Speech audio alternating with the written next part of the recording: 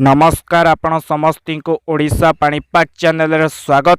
राज्य रे कि 2-3 दिन पर्यंत बिजुली घड़घड़ी सह वर्षा होवार संभावना रहुछि ओडिशार विभिन्न जिला मानकरे, कारण बंगोपसागर गोटे लघुचाप सृष्टि होइछि।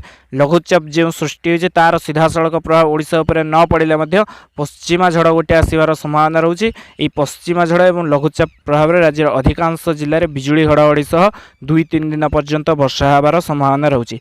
तो विशेषकर केउं केउं जिले में निर्दिष्ट भाव बिजुली घड़घड़ी सह वर्षा होब एवं केते दिन पर्यंत होब से संपर्क में संपूर्ण भाव जानिया भिडियोटी को संपूर्ण रूपे शेष पर्यंत देखंतु। वर्तमान समय दक्षिण बंगोपसागर गोटे लघुचाप सृष्टि होइछि जहाँकि पश्चिम दिगरे गति करी तमिलनाडु आड़िकी मुहाउछि, किंतु से लघुचाप जो तमिलनाडु आड़िकी मुहाइब ता सामान्य दुर्बल हेबो एवं समुद्र मध्य दुर्बल हेबार संभावना रहुछि। किंतु ओडिशा रे बिजुली घड़घड़ी सह वर्षा हेबो, कारण लघुचापर सीधा सड़क प्रभाव ओडिशा उपर न पड़ले मध्य पूर्वा वायु एवं पश्चिम वायुर मिश्रण रे बिजुली घड़घड़ी सह वर्षा हेबार संभावना रहुछि।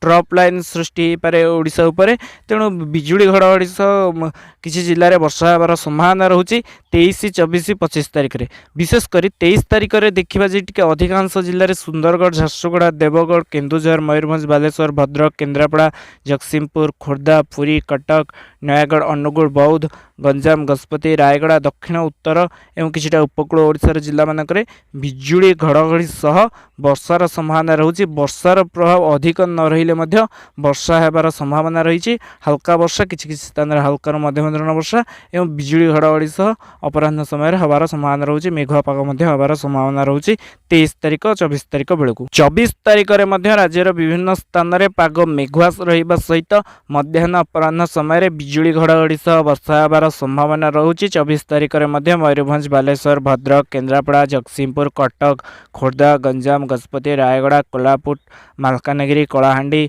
बलांगीर, बौद्ध, अनुगुल ए सब जिला मानक बिजुली घड़घड़ी सामान्य एवं अपराह्न समय वर्षा हेबार संभावना रहुछि। तो यही जो 2-3 दिन वर्षा हेब 23 तारिख रु 25 तारिख मध्य यही जो वर्षा हेब प्रबल वर्षा कौन स्थान ना मेघुआ पाग, हल्का वर्षा एवं बिजुली घड़घड़ी हबार संभावना रहुछि। कारण जो लघुचापटी सृष्टि होइछि बंगोपसागर ता ओडिशा आड़की न आसले तार प्रभाव पूर्वा वायु जीव एवं ट्रप लाइन सृष्टि हो पारे, जार प्रभाव बिजुली घड़घड़ी सह वर्षा राज्यर विभिन्न स्थान में हबार संभावना रहुछि 23 तारिख रु 25 तारिख मध्य। 26 तारिख पर वर्षा हबार संभावना कम रही।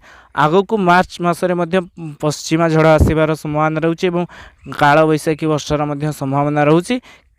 आपण माने आगो को पाणीपागर सठिक एवं आगुआ खबर जानिया पे जोड़ी रुहतु ओडिशा पाणीपाग।